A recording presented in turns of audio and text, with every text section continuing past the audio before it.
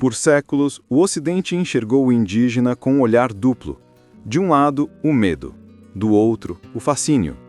Na floresta, via-se tanto a barbárie quanto a pureza perdida. E desse contraste nasceu o mito do bom selvagem. Hoje, nas crônicas da primeira aurora, vamos mergulhar nessa ideia que não apenas influenciou profundamente a filosofia moderna, mas também ajudou a criar uma das imagens mais distorcidas da identidade indígena, a do índio ideal, inventado, romantizado e muitas vezes usado como reflexo das angústias da própria civilização ocidental.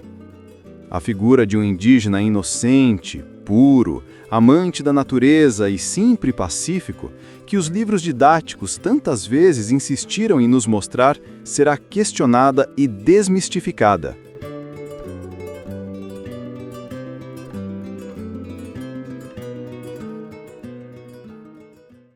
A ideia do bom selvagem não nasceu na América. Ela surgiu na Europa, em pleno iluminismo. Filósofos como Jean-Jacques Rousseau afirmavam que a civilização era uma prisão moral. Leis, religiões, propriedade e vaidades corromperam o homem moderno. Para ele, o selvagem, livre do Estado, da propriedade e da culpa, representaria o verdadeiro homem puro. Mas essa imagem não refletia a realidade dos povos indígenas. Era uma idealização ocidental, um espelho no qual os europeus projetavam suas críticas à própria sociedade. O índio não era descrito como realmente vivia, mas como os filósofos gostariam que ele fosse: inocente, pacífico e em harmonia com a natureza.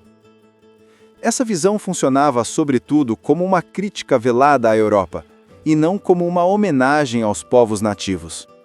Os pensadores iluministas precisavam de um outro que servisse de contraponto às tradições europeias, muitas vezes retratadas como decadentes.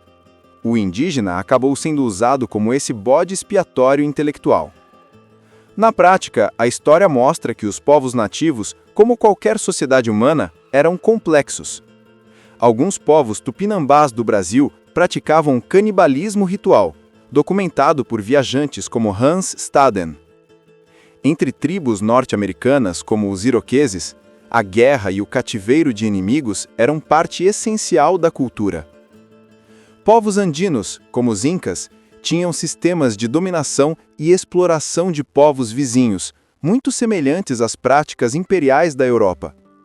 Ou seja, longe da imagem romantizada do bom selvagem, os indígenas, assim como gregos, romanos, medievais ou modernos, viviam com contradições, guerras, alianças e práticas que não cabiam no ideal simplista criado pelos filósofos europeus.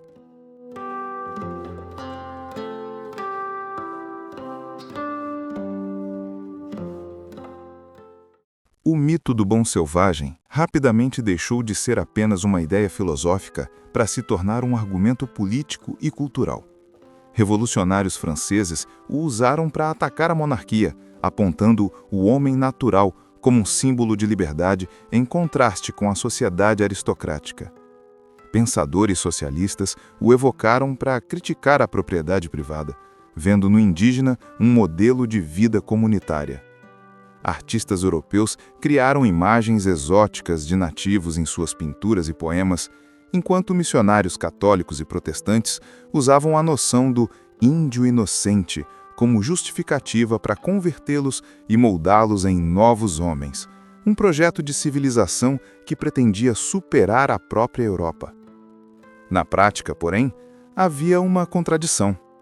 Os mesmos que exaltavam o índio em livros e discursos apoiavam políticas de conversão forçada, reeducação ou até mesmo a sua extinção física e cultural. Durante a colonização, esse mito deu origem a dois modelos simbólicos: o índio hostil, violento, que deveria ser combatido e exterminado, o índio dócil, adaptável, que poderia ser integrado e usado como mão de obra. Ambos eram criações políticas, instrumentos de controle e dominação. Mas a história mostra que os povos indígenas não eram nem o selvagem bárbaro, nem o bom selvagem idealizado. Eram povos com projetos próprios que souberam agir com estratégia em meio ao jogo político da colonização. Não eram coitadinhos, sabiam o que estavam fazendo. Alguns exemplos são os Tupinambás, os Temiminós e Potiguaras. Na França Antártica, 1555-1567, portugueses e franceses disputaram território no Rio de Janeiro com o apoio de diferentes povos indígenas, como os Tupinambás, aliados dos franceses, e os Temiminós, aliados dos portugueses. Durante a invasão holandesa do Nordeste, 1624-1654, muitos indígenas lutaram ao lado dos portugueses contra os holandeses. O caso mais célebre é o de Felipe Camarão, líder potiguar, que chegou a comandar tropas no exército português e tornou-se um dos maiores nomes da resistência luso-indígena.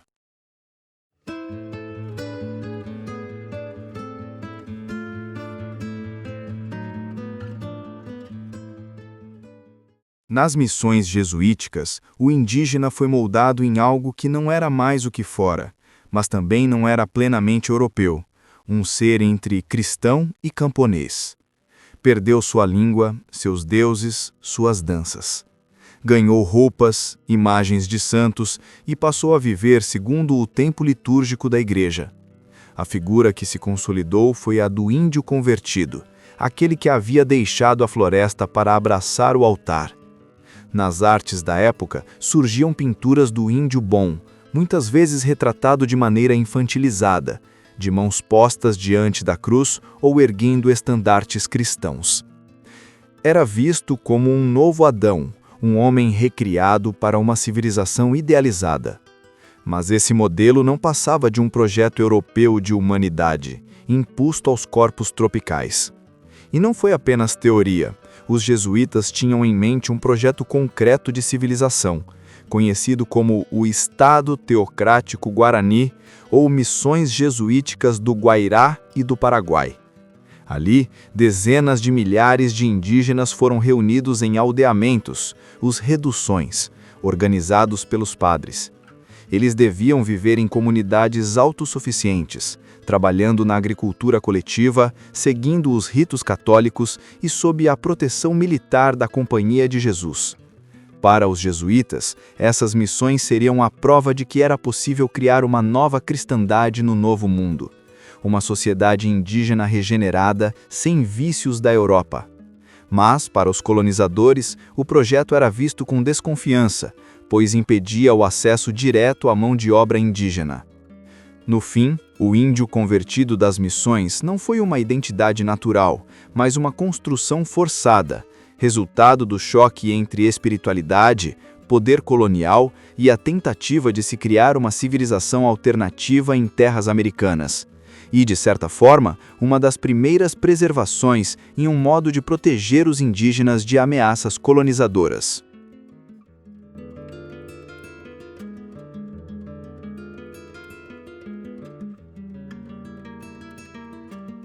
Até hoje, a idealização do indígena persiste.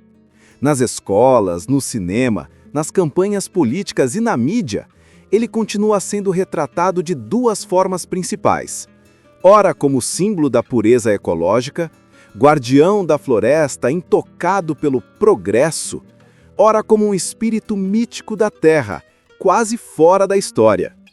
Mas pouco se fala das realidades concretas, os conflitos internos entre etnias, a diversidade de cosmovisões, os sistemas próprios de guerra e justiça, o comércio e as alianças políticas que sempre fizeram parte da vida indígena.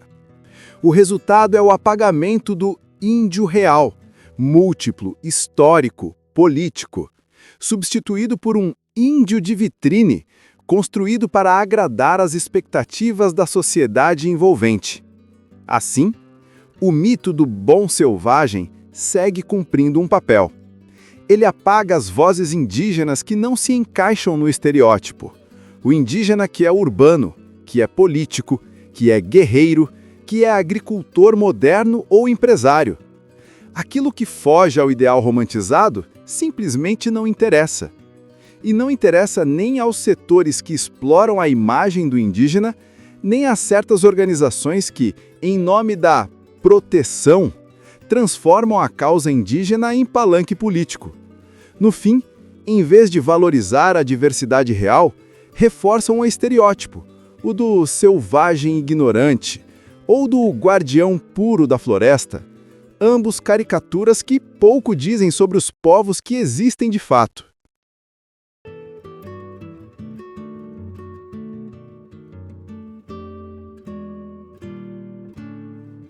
Talvez, no fundo, o mito do bom selvagem nunca tenha sido sobre os indígenas.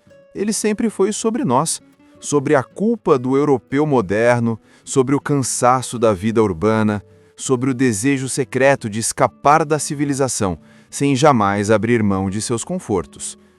Rousseau, afinal, não queria ser índio, queria ser um europeu sem culpa. E ainda hoje, quando transformamos o indígena em símbolo e não em sujeito, repetimos o mesmo erro. Usamos sua imagem para criticar o Ocidente, mas raramente o ouvimos de fato. A verdade é que nós, humanos, sobretudo os que pertencem a civilizações proeminentes, nem sempre somos maduros o suficiente ou somos medrosos demais para aceitar uma realidade incômoda.